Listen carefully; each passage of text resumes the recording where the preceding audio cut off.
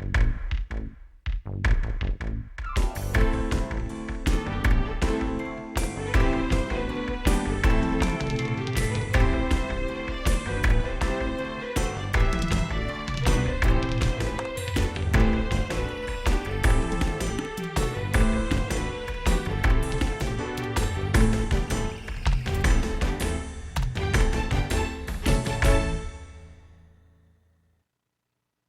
evening, ladies and gentlemen. Welcome to Speak Your Mind.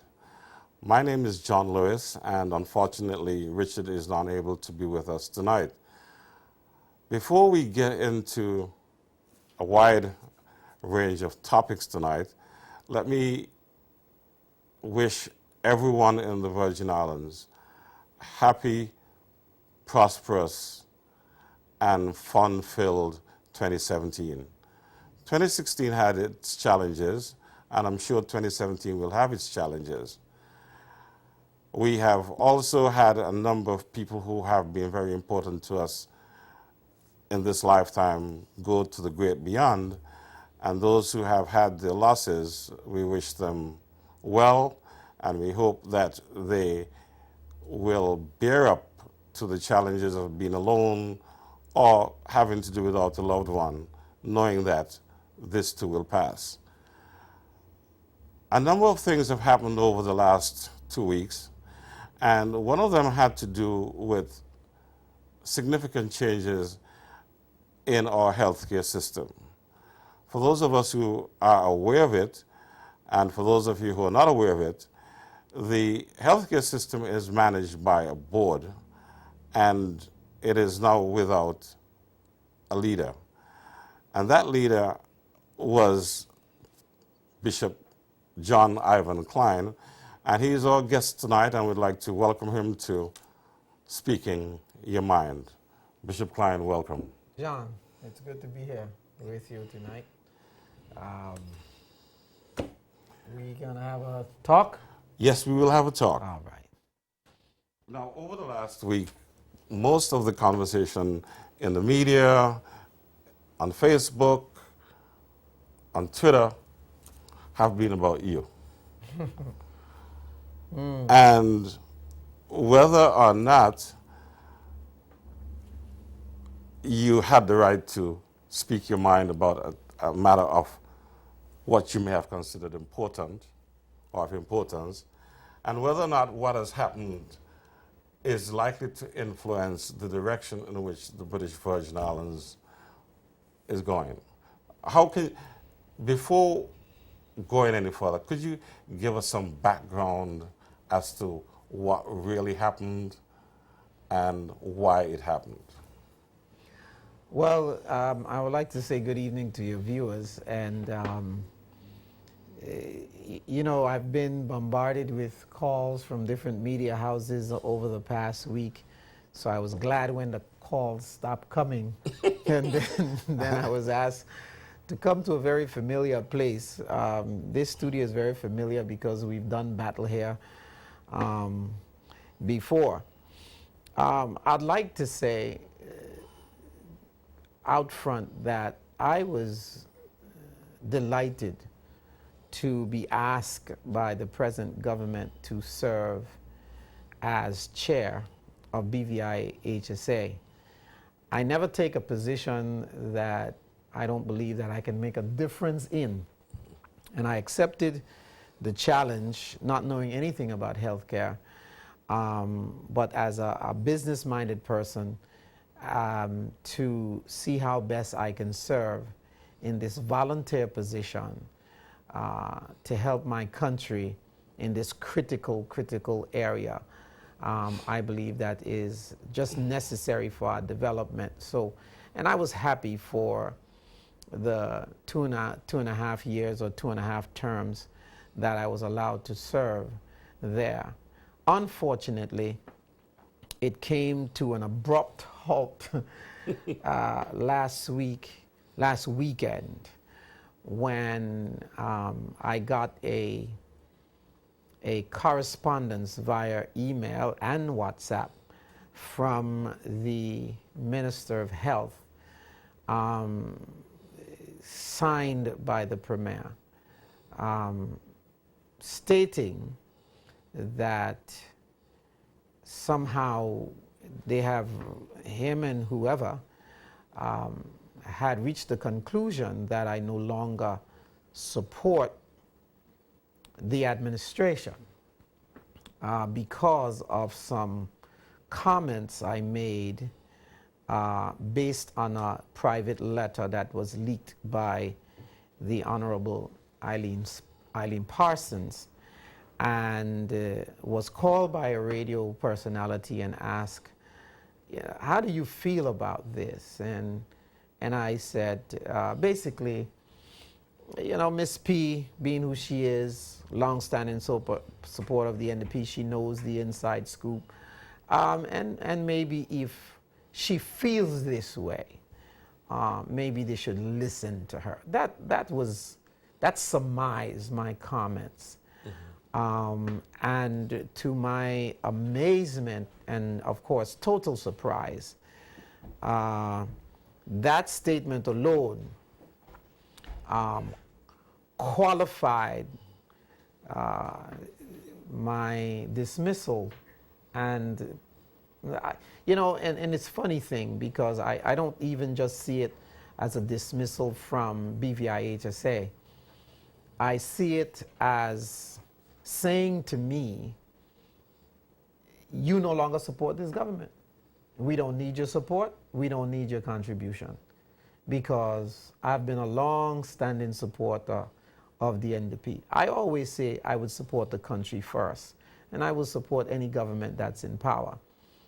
But when any government in power begin to behave in a way that I feel, this is my opinion, that I feel is contrary to the direction of the country, I have a right to speak. But that one statement alone served to bring judgment on me as to my support for the administration and to my contribution as a citizen to one of these important areas of our country, which is healthcare. And so I would say the Premier and his advisors got together and decided, we no longer need your support and we no longer need your contribution. That is the way I interpret it. What if you were invited to a meeting and had a discussion and then that decision arrived at? Would your position have been different? It would have been different, because it would have helped me to understand, why are you saying this? Why is this so grievous to you?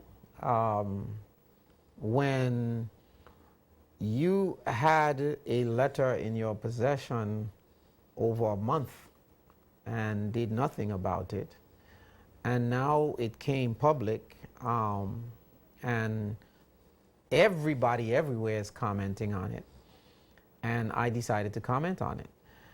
So I was literally positioned as a government employee. I'm not a government employee. I don't work for government.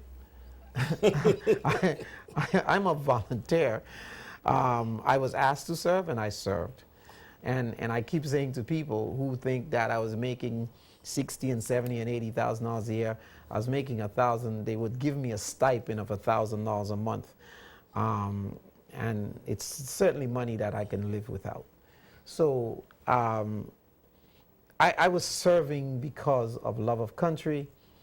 I believe we could make a difference, and we did. And these unfortunate circumstances arose, and here we find ourselves in this whirlwind of discussion as to the right and wrongs. Who was right? Was John Klein right? Was the Premier right? And who's right and who's wrong? I noticed you emphasized the word volunteer, and I'm curious as to how one is to interpret being a volunteer in this country, one. Two, and if, because one volunteers and one is summarily dismissed, whether or not that is likely to dampen the urge for people to volunteer? I think that what has happened sends a very, very bad message to our democracy, to a free and democratic society. I think it sends a very bad message. Because if your service to your country means that it comes with a gag order, or that you can't disagree with the powers that be, then I don't see how private citizens, business persons like myself, can comfortably volunteer our services when asked if it's going to dumb our voice or take away our constitutional right to speak on matters that we feel are important.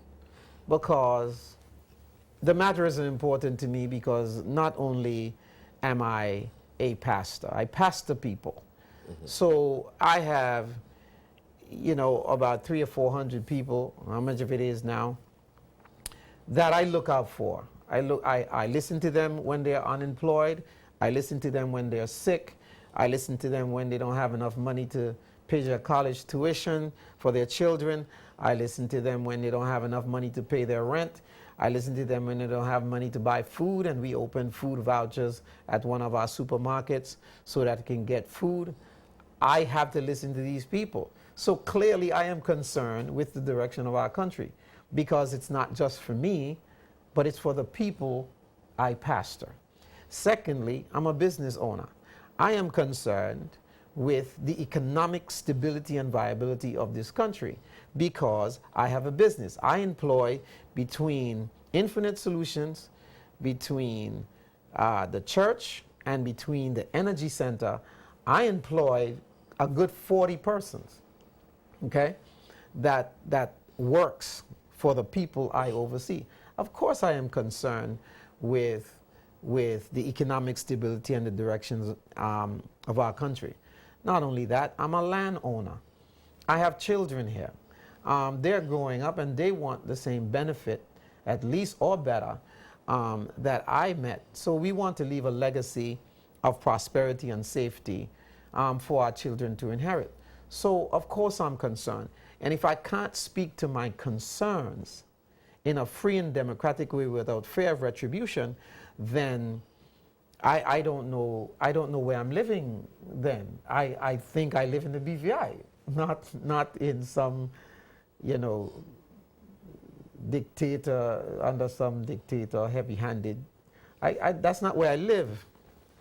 So, yeah, it doesn't send a good message in my mind. Has anyone from the government reached out to you in any form or fashion? Well, has any other member spoken to you about concerns? Oh yeah.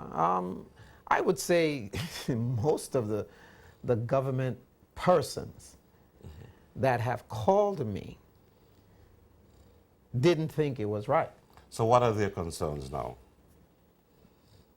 Their concern is that I would shut up. I think their concern is that I would just crawl into a hole and not say anything more and just let it die. Well, is that healthy? It's healthy for their agenda. It's not healthy for the country. For the country, but as I said to the premier, that's not who I am. It's not who I've been. It's not who I am, and I'm not going to now change out of fear. You can't fearmonger me. You can't do that to me.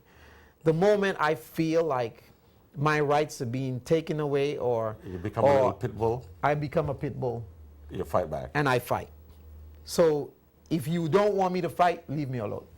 Okay. Basically. And that's the truth. Okay, ladies and gentlemen, I have with me Bishop Klein, and if you have questions about what has happened with him or to him, you are free to call 300-1949. Pose your question to him, and I'm sure he will be happy to respond. Or if you care to send us a text, you may do so on 300-1950. Now, the other part of my understanding is that you have concerns about the airport extension project. Could that have had anything to do with the announcement that the government made about having made a decision as to who should do it? Yes. In my discussion, post-discussion after the decision was made, the airport was mentioned in terms of my view of the airport. I didn't think my view was that far off base, and my view are based in questionings. So my view is not even conclusive. It is looking for answers. So I ask questions about the airport because I don't fully understand the decisions that are being made around it. I just hear talk. So, of course, it's important for me to ask questions. Okay, Jean, we have a caller. Good evening. You want to speak your mind? We seem to have lost you. Okay, please continue. So, my concern with the airport has nothing to do with a conclusion that I've made because I don't have the facts. I didn't see the tender. I hear the talk. So when I'm going out to talk, I have two concerns. My concern was the timing, given the financial situation in the country, and then, of course, the choice of the contractor. Why that? Is there a reason? Is there an explanation? And instead of the government saying to the public, here's our reason, I speak about it, and then you get your neck chopped off for asking a question. Because literally, and really, I'm seeking answers. That's what I'm doing. We are all asking questions. Good evening. You've reached Speak Your Mind. Hello. Thanks for taking the call. Yes, hello. Yes, please go ahead. Yes, thank you very much for taking the call. I would like to say to Mr. Klein that it is a shameful thing that has happened, and that he has taken part in a mutiny, I believe, and that I think that the sooner that he stops the type of action that he has embarked upon, the sooner the country will heal. You cannot have people working in directorships and trying to undermine the government. I think it's a terrible, terrible situation. Can you let Mr. Klein respond to? Well, I wasn't finished. Okay. I think that he needs to bring this matter to an end.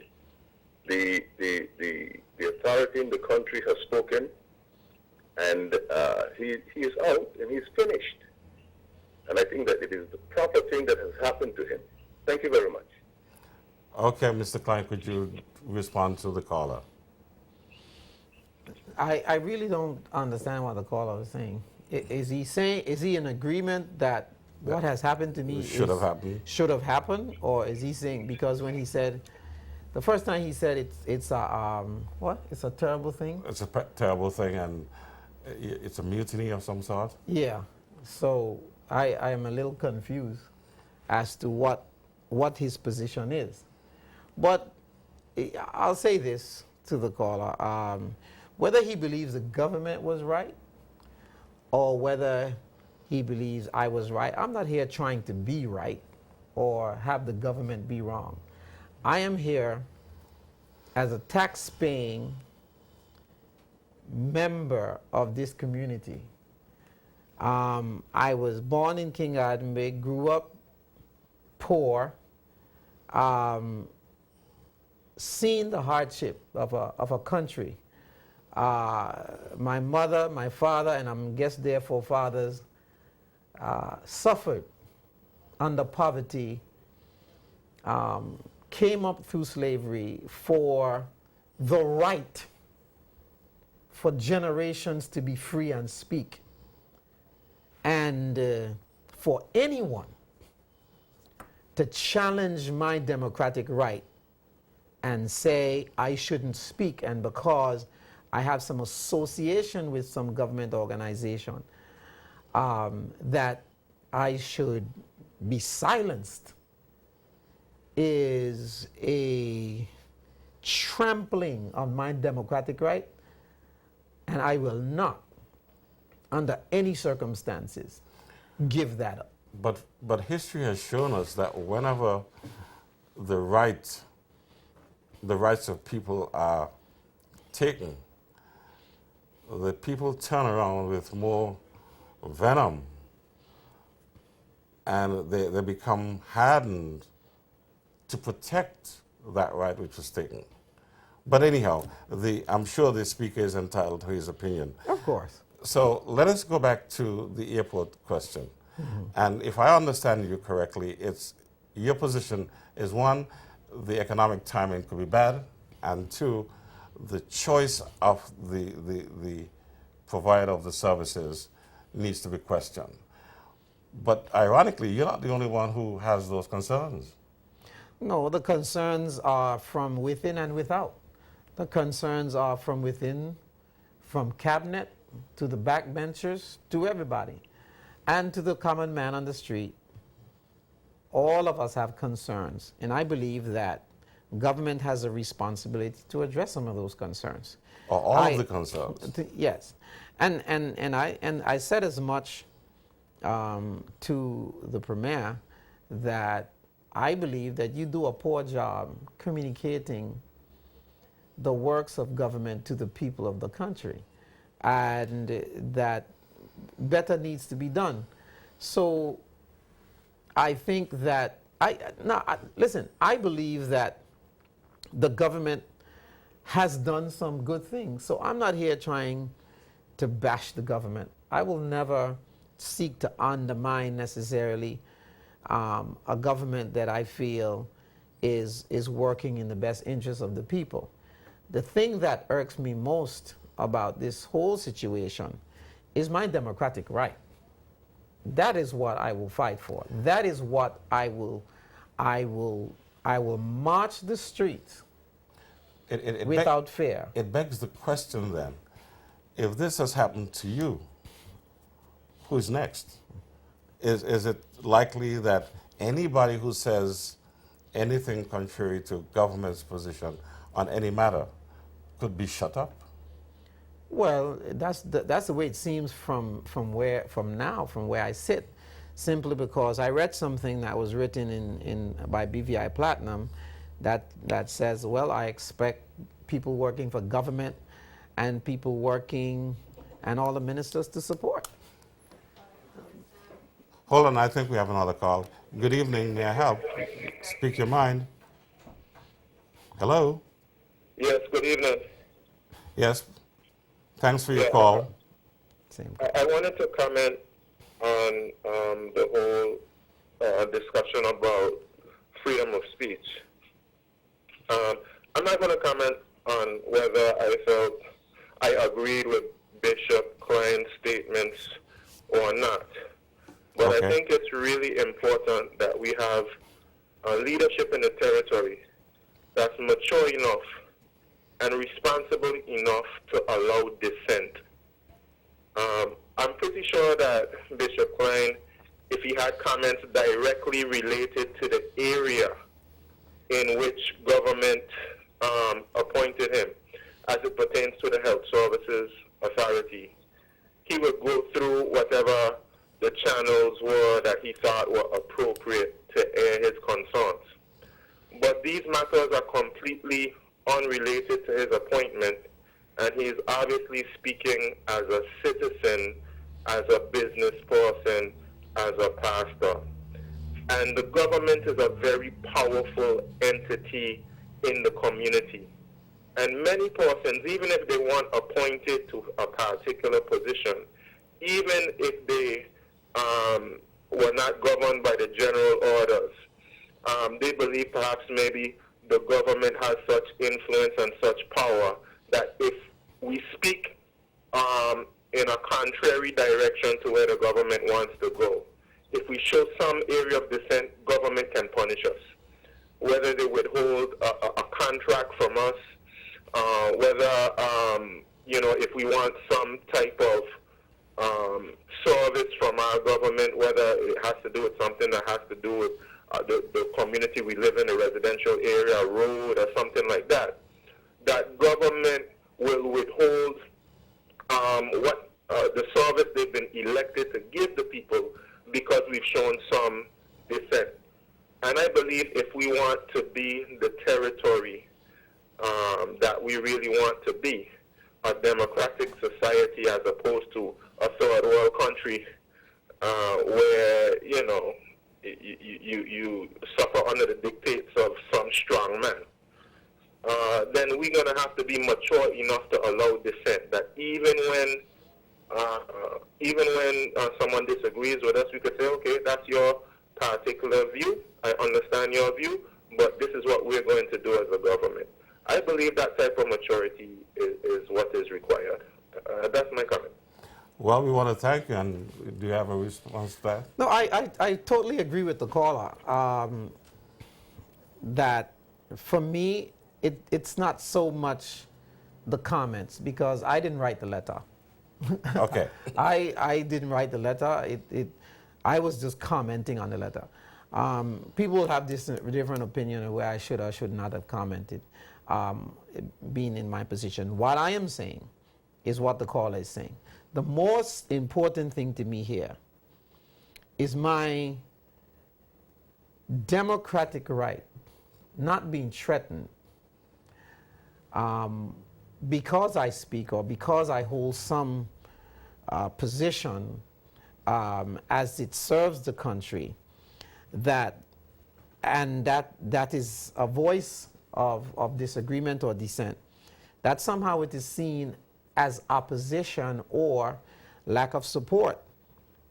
And the thing that troubles me is, over the past 15 whatever years, I have supported this government. So what do? You just use a person when they're convenient and when they support you, but the moment they disagree with you, you take them and you throw them under a bus.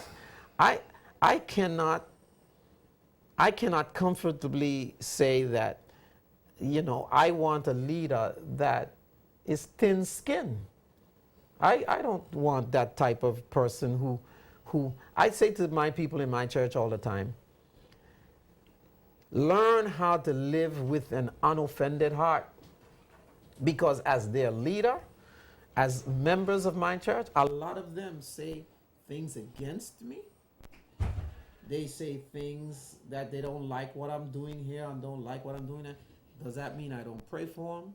Does that mean if they're in need, I don't help them? Does that mean I'm going to tell them if they're a preacher in the pulpit, you can't preach no more? Of course not. I give you the right to disagree with me. I give you that right. And that is a fundamental part of leadership. It's a fundamental part of leadership. So why now, in a country that calls ourselves free and a democracy, where we go to the polls and we vote people in, why is it that, and look at the name of the party it bears, Democratic, not the National Dictatorship Party. That's not what it's called, right? National Democratic Party. It says National Democratic Party. Let us not make it into the National Dictatorship Party. And that's all I'm saying. Okay, let's go back to the airport situation, because that is perhaps part and parcel of a lot of the discontent in our community.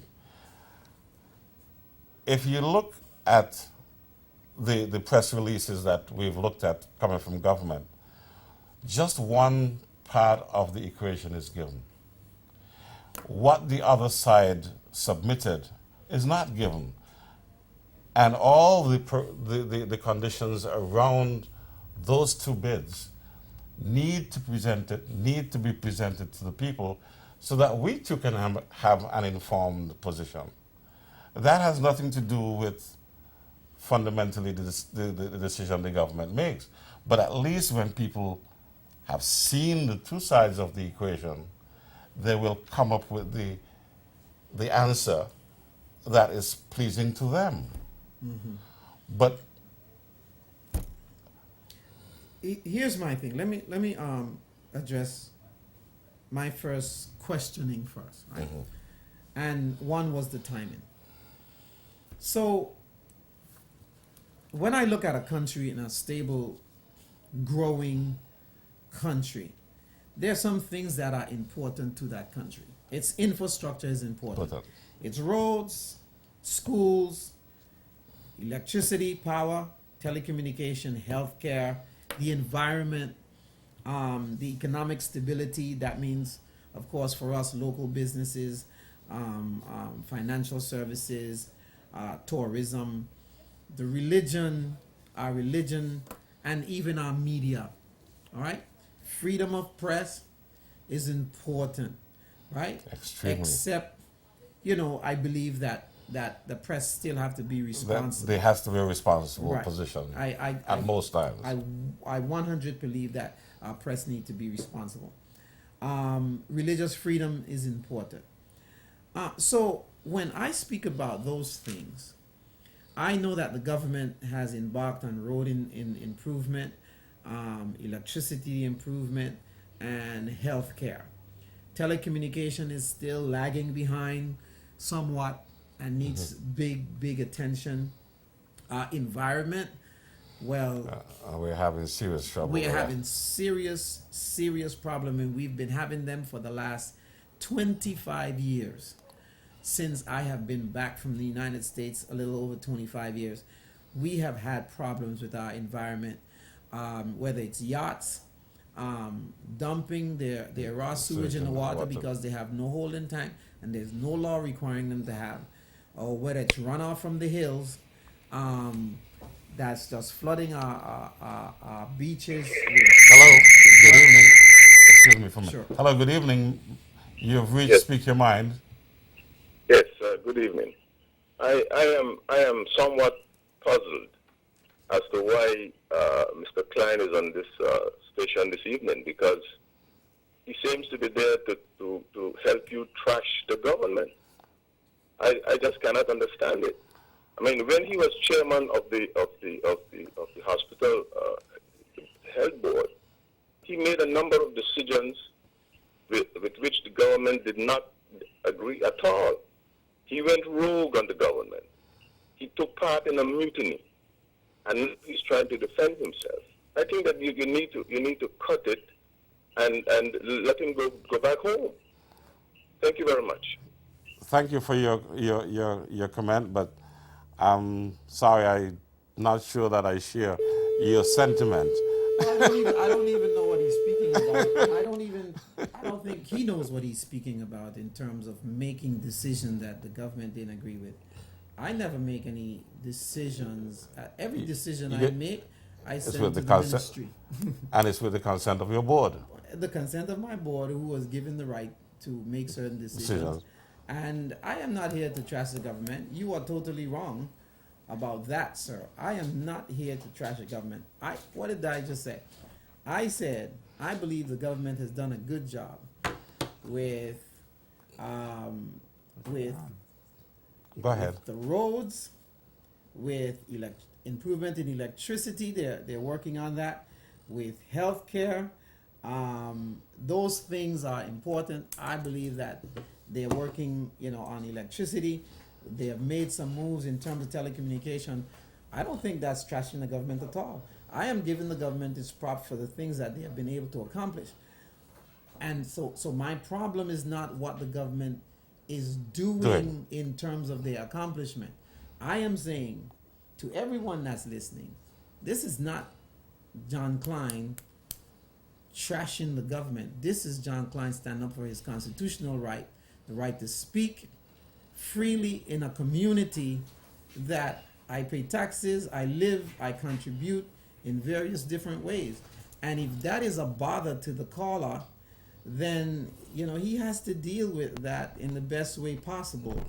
But your comments that I should somehow crawl under a rock and go home, that's not going to happen. Okay. So let's not deal with one person's point of view, because yes. He's entitled to his point of view. Absolutely. But it has been said that, and this has been borne out historically, that for some strange reason, the NDP does not do a good job selling its own story.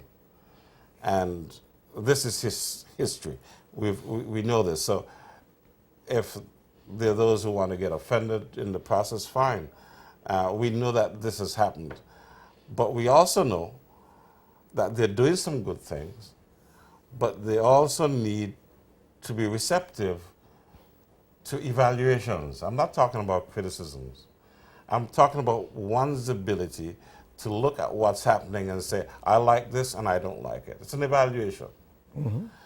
Now, the timing for you in spending the kinds of money that will be spent on this extension of the runway, you think shouldn't be at this time? I'm questioning the You're timing. questioning the timing. Yes, because of the reasons I pointed out. I think there's much work that needs to be done in our environment. I think we need to, of course, shore up our infrastructure. Agriculture is one of the things that I think that we're not doing anything about. We just fall asleep on agriculture after spending over about $8 million on greenhouses, and with the world food supply shrinking, and you have to wait for a boat to come from wherever it comes from every week to get food, while we had a beginning with greenhouses to start producing some level of food for ourselves. And it's taken 12 years? How much has gone? Close to that to get these houses up and running. What is the priority? So my question is, given all of that, is the airport a national priority now? And not to mention, we have this negative impact on the cash cow. The cow is sick. Financial services is under a lot of pressure, and more pressure is coming. So to commit ourselves, based on the numbers that I've seen, you're looking at about $1.8 million a month in payback over 12 years. For the airport. So if you get, let's say we stick with the $153 million, and you stretch that over 12 years at 6%, is what I understand was quoted. You have about approximately $1.8 million a month payback. Add that to the already debacle that went by the last government of Bywater, which now commits us to $1.4 million a month, and that price is not even fixed. It can go up. So now you're looking at about $3 million a month, 3.2 million to be exact, $1 million a month that you are committed to foreign investors, while all of these other infrastructure developments, food, roads, schools, electricity, telecom, healthcare, environment, and all of that, you can't borrow anything else. You can't. Not with that type of bill, and not with the decline of the financial sector, where that's producing 60% of your national budget. So if that starts to decline, where's the money going to come from to service these debt? And that's what I want the government to explain. Are we overreaching, or is this doable? And if they make that case, a lot of us will be satisfied. Just make the case that we will be okay, but and still be able to fix these things. What's also interesting is that just extending the length of the runway is one part of the equation without having improved the infrastructure on the other side, that is the terminal. And that is not included in the bid price, based on my understanding. So am I to understand that after the runway is extended, they will go to tender again and have a new tender for improving the terminal, making it bigger, making it more comfortable for the increased numbers that we're going to get? Where does it end?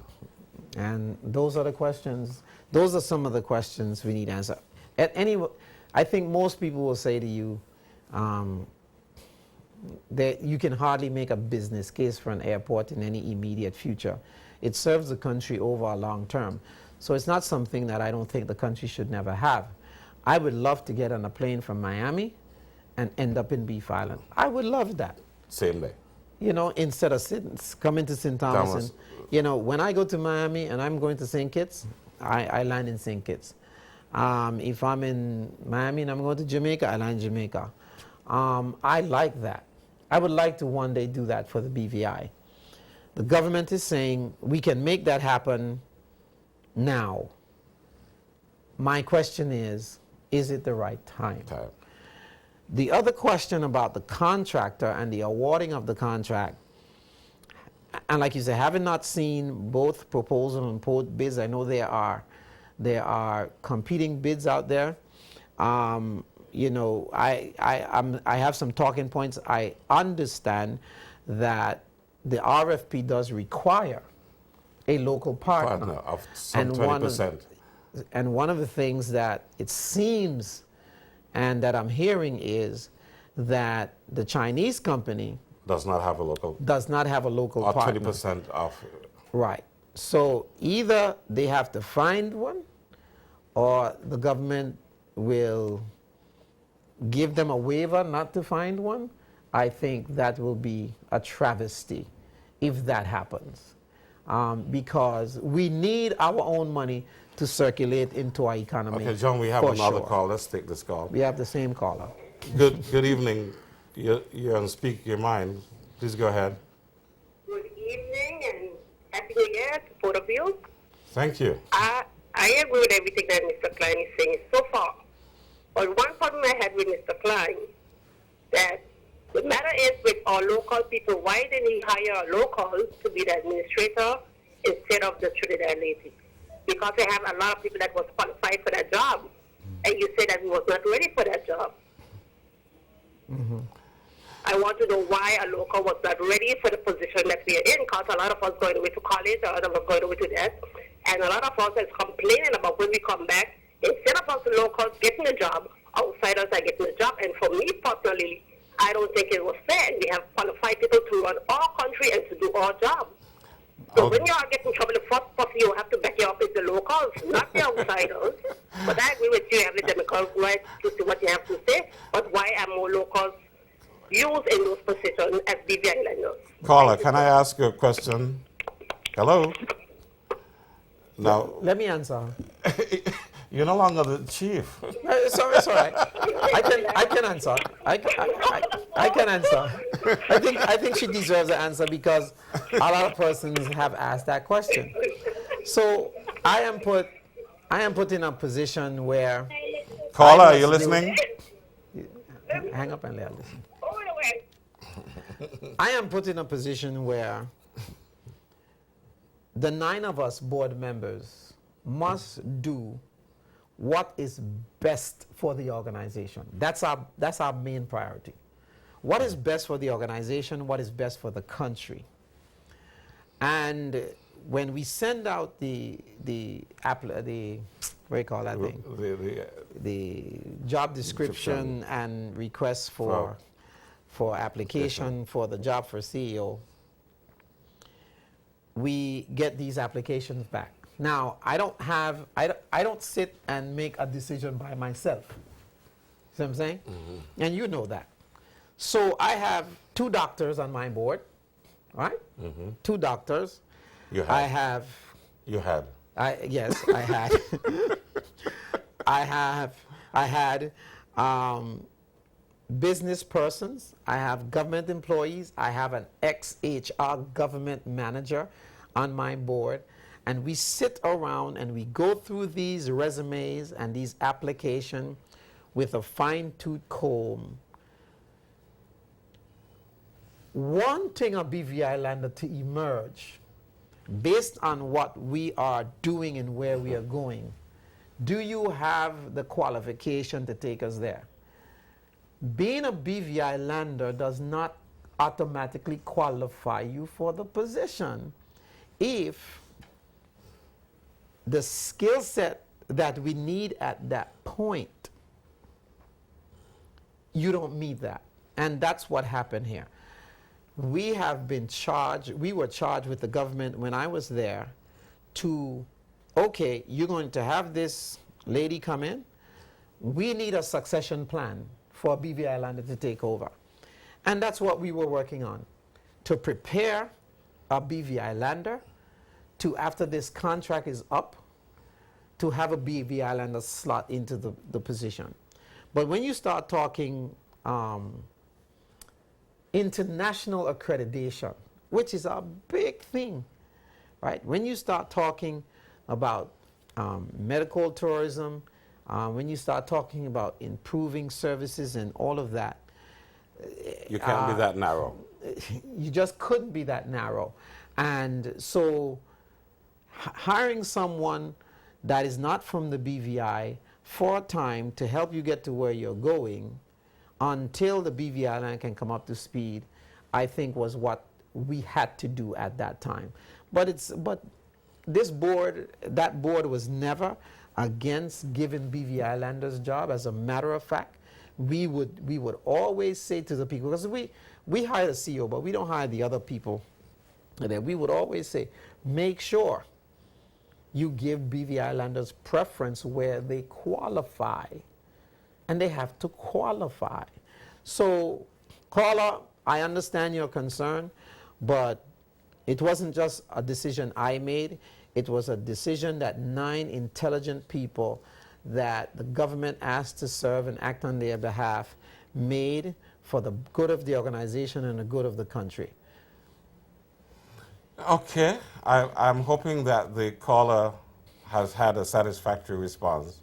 And like in most cases that I've been privy to, especially when you're looking at accreditation, you just can't use the local angle as your sole criteria for putting someone in that position.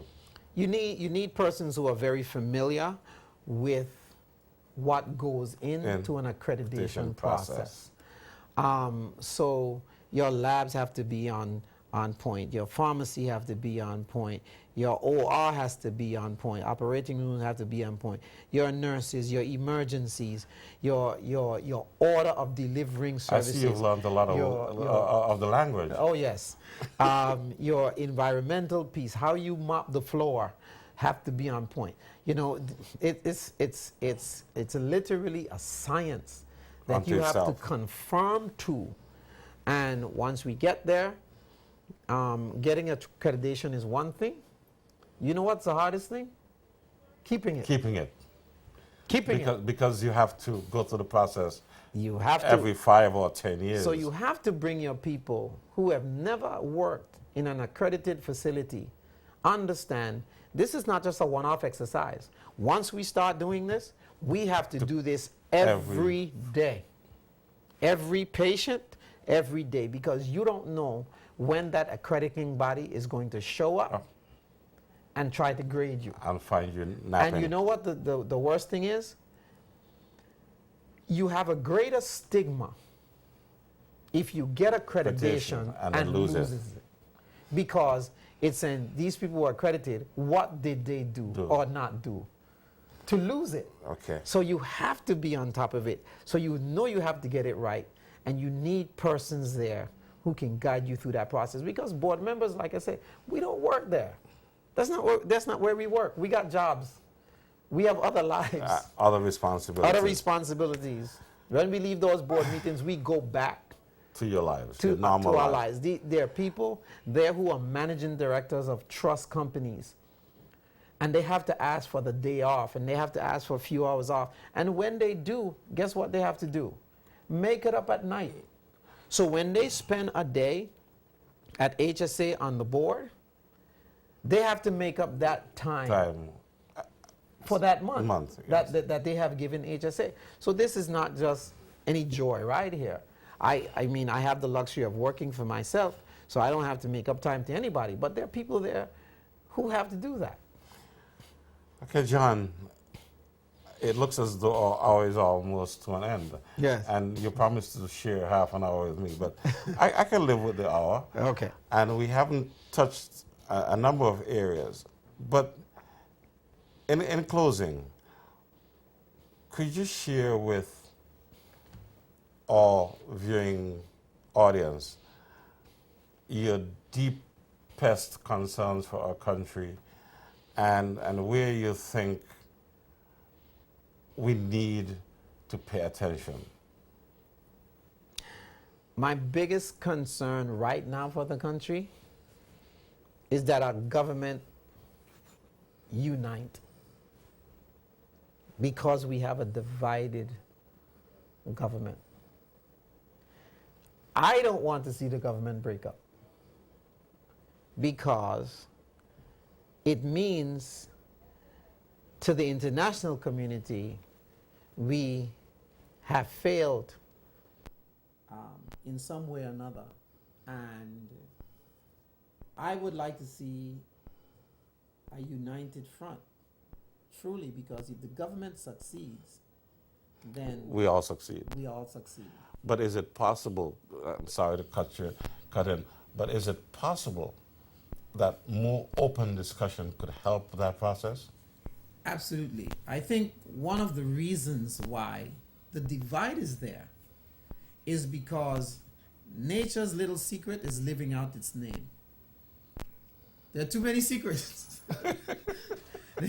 there are too many secrets, and when you elect 13 persons and only 3 or 4 get to make the decisions or know what's going on, that's going to create some dissent. And I believe that's what's happening. So I am concerned that of what's happening with the elected government now. I'm also concerned with what I raised in terms of we don't need any government that is going to somehow trample on the democratic right of its citizens, whether they work for government or not. If it's an election period, we know they can't participate in election because that's the bylaws and that's what they sign up for, fine. But come on, man. You're going to tell me that because the person worked for government, they are afraid to speak? He or she They don't have a voice? It's not right. And I'm concerned that if we allow this, you see the caller that's calling? If we allow this to happen, there's nothing stopping future governments from coming and doing the same thing because we allow one to get away with it. We're not going to allow any government to get away with trampling on our democratic right. No, we're not going to do that. So if people want to roll over and play dead, that's their right. That is not me. And I'm not going to do that. So, and then I am concerned that we do not end up an indebted nation where we can't afford to pay our bills. We're not like the U.S. That can print money. That can print money. So we must be prudent with our financial stewardship and ensure whatever we put out or whatever we commit ourselves to, we will be able to manage, because the truth is, we are not our own. We belong to the Queen, and the Queen can send her subjects down to take over control of our nation if we prove that we can't self-govern. Then we end up with what they are calling in the UK direct rule. I am concerned about that. I am concerned that we don't put our country on that path of indebtedness where we go back 50 years, where the rulers, the colonizers of our country and former slave masters come and have to govern us again. I'm concerned about that. Are you concerned that, based on the stories that we've read, that we're taking $150+ million and giving it to a company that's part of the Chinese government, that they don't really need our money? But because from the information that I've read, they're not prepared to render to Caesar the things which are Caesar's. They're not prepared to pay income tax, Social Security, NHI. And they're prepared to do everything possible just to take and not leave anything to circulate in our economy. Yeah. Are you concerned about that? I am concerned. I mean, you can't blame the Chinese for putting forward what they feel they can get away with. Right? It is upon our legislators and our decision makers to ensure that in the process you don't disenfranchise your people, nor you don't put a drain on your treasury. Because if these people over the time they're here get sick, they have to access care. They'll bring their own care. At our hospitals. They can bring their own. So, quite naturally, you want them to contribute. To contribute and not be a drain, just a drain and take and take and take. So, all of course, those things are concerning. And all we want our leaders to do is uphold our free and democratic society. We want them to build a country where the infrastructure is in place, where we have proper and stable electricity, where we have a world-class telecommunication system, where our education system is working towards being second to none, where we become the leader of healthcare in the region, not just in the BVI, but we built such a robust healthcare system that our people don't have to travel overseas to seek healthcare, and that we begin to focus on growing our own food. You know, I was reading something the other day where it says that Chick-fil-A or something like that, the restaurant. Chick-fil-A. No, not that one. Chick-fil-A, something like that. But the chicken that they're serving, they're growing too fast. So that's one of the outbreaks of E. coli, that the chickens are plump up and make fat and make to grow fast, because the faster they can grow them, the more they can sell, but it's less feed. So how do you grow a chicken with less food? Chemicals. Exactly. So we don't even know what we feed in ourselves these days by importing all this food, importing. Let's take a step towards being self-sustaining when it comes to food.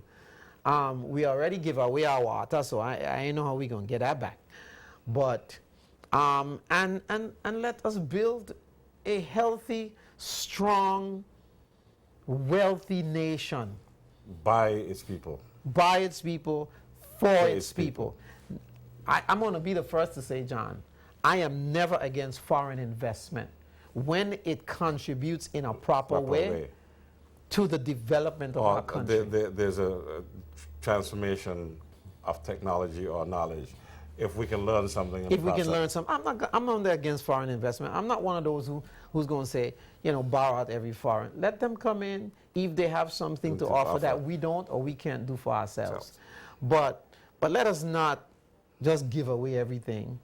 And this is just generally speaking. This is not just talking about this government, or I'm just talking about in general. In general. Let us be careful not to do that.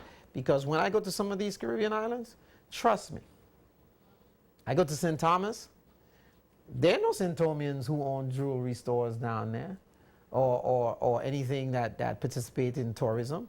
When I go to St. Martin, I don't see them owning no supermarkets.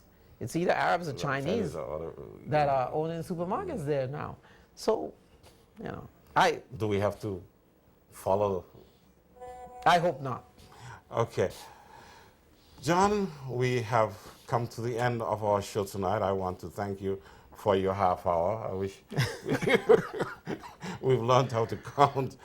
But, ladies and gentlemen, there is much to be asked of our government, and we wish you the best, and we wish this government continued vigilance. Thank you. Thank you, John. Oh, boy.